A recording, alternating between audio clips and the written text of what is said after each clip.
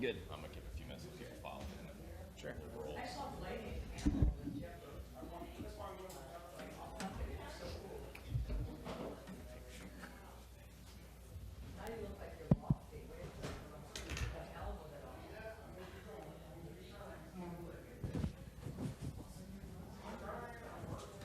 All right, good afternoon, everyone. We will begin our media availability today with Chase Elliott, driver of the number 9 Napa Auto Parts Chevrolet. If you have a question, raise your hand. Randy will bring you a mic. Please state name and affiliation before you ask your question.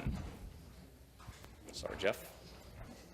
I'm just wondering, like, it was kind of hard to tell, I guess, a little bit in practice what everybody's trying to accomplish, because it seemed like maybe people were drafting together a lot more.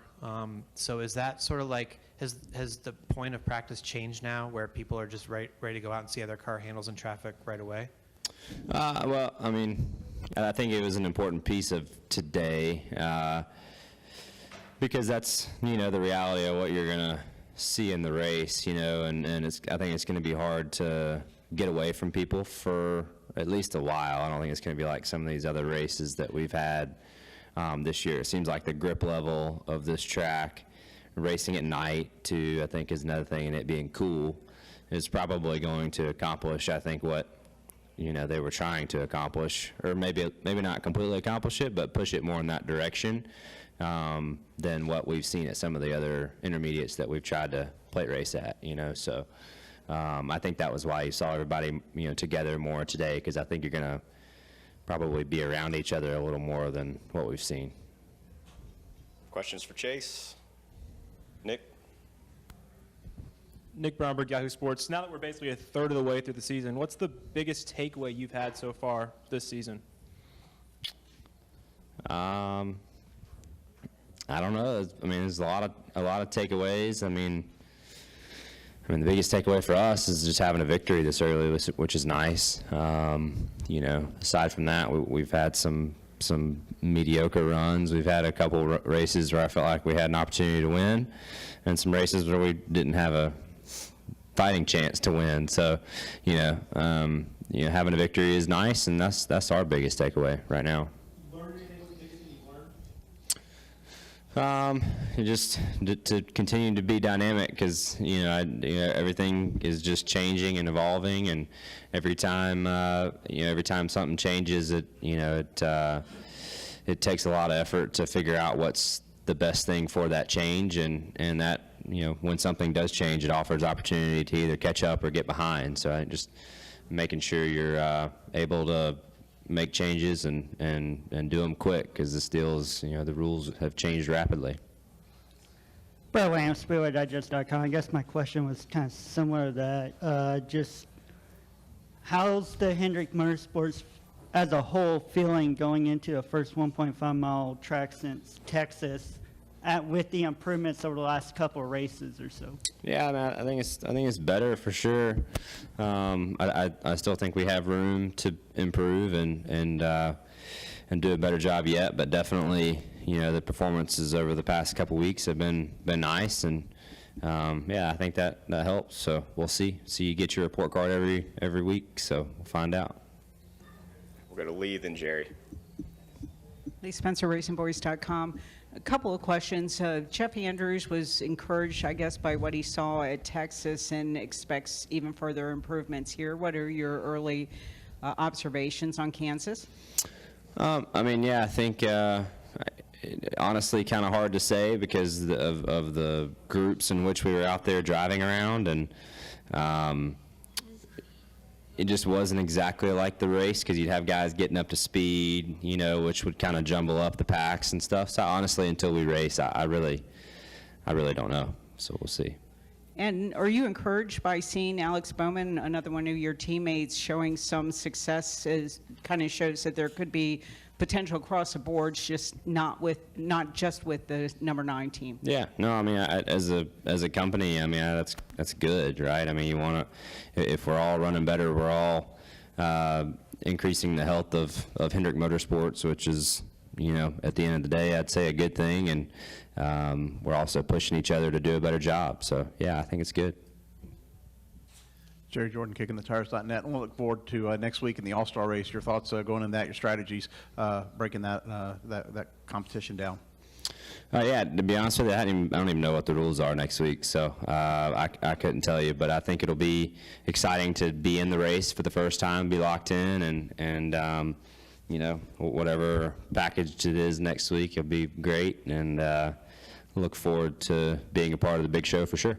You guys not go over that in advance at all, or you just worry about it when it comes up? I've lost track, so yeah, we'll just roll with it, and like I said, you know, whatever it is, and I'm gonna push as hard as I can with whatever the rules are. So I look forward to it. Go to Claire.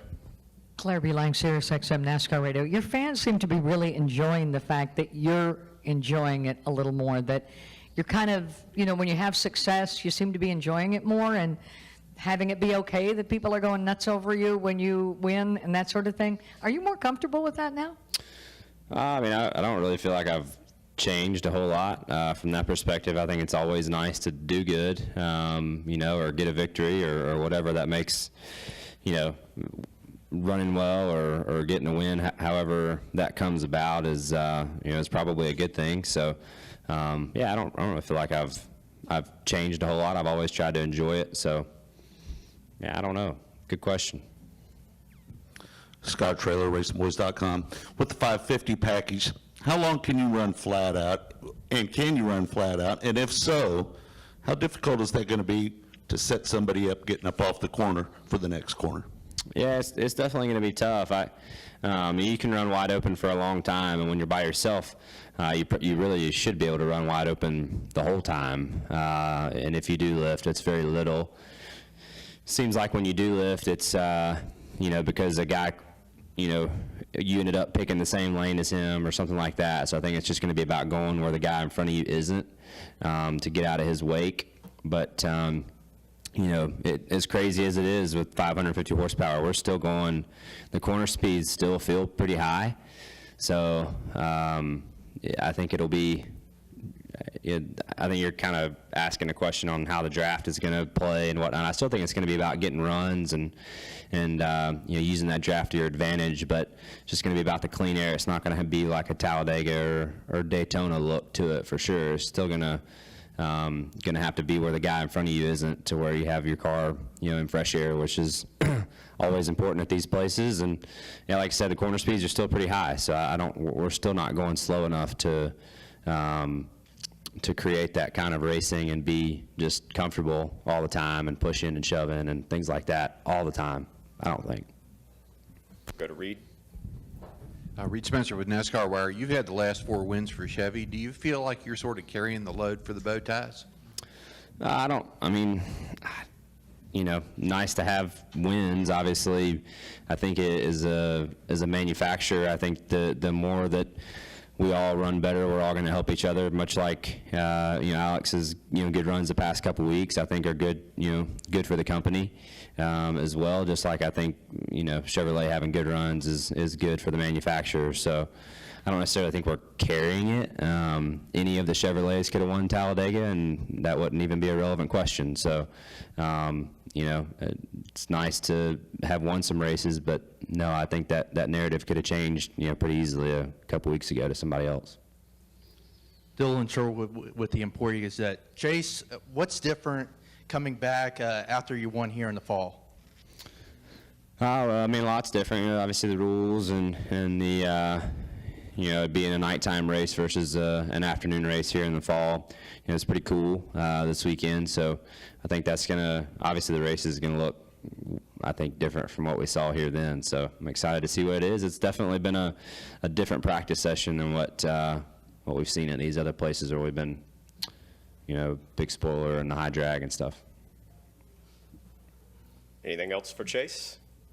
Bob? On the spot. Quick question. Bob Hawkers, Fox Sports. You don't have to worry about the fan vote this year as far as the All-Star race? We just talked about this. Oh, did we? No, I'm just messing with you. We kind of did, but it did. I just said I was excited to be in the race, for the first time, which is really nice, not have to worry about it. I'm curious, do you care who wins? Are you rooting for somebody? Who do you in the fan vote? Yeah. That's a good question. I'll be honest with you, I need to look and see who's even in it. I mean, my teammates are in it, but, I don't know. I'd have to look. So you might pick an underdog, aside from your teammates are the obvious one, right? You'd be politically correct. I could pick one of them or both of them or want everybody to do good, but might be somebody cool you'd like to see win it, over just the politically correct answer. Lee Spencer again. You were so great out front last week at Dover. A lot of guys said it was tough passing, but it seems like if you can come from the back of the field, but once you get up to like the top 15 guys, the cars are all the same, the talent's pretty similar. It's how are you going to distinguish yourself and be the guy that can make that move short of doing it on a restart? Yeah, it's going to be, it's going to be tough. I think you're going to have to be smart with everything, and that's where, pit road and the sequence of pit stops and when you pit and how you get on and off pit road. I mean, those are the details that I think are even more important now.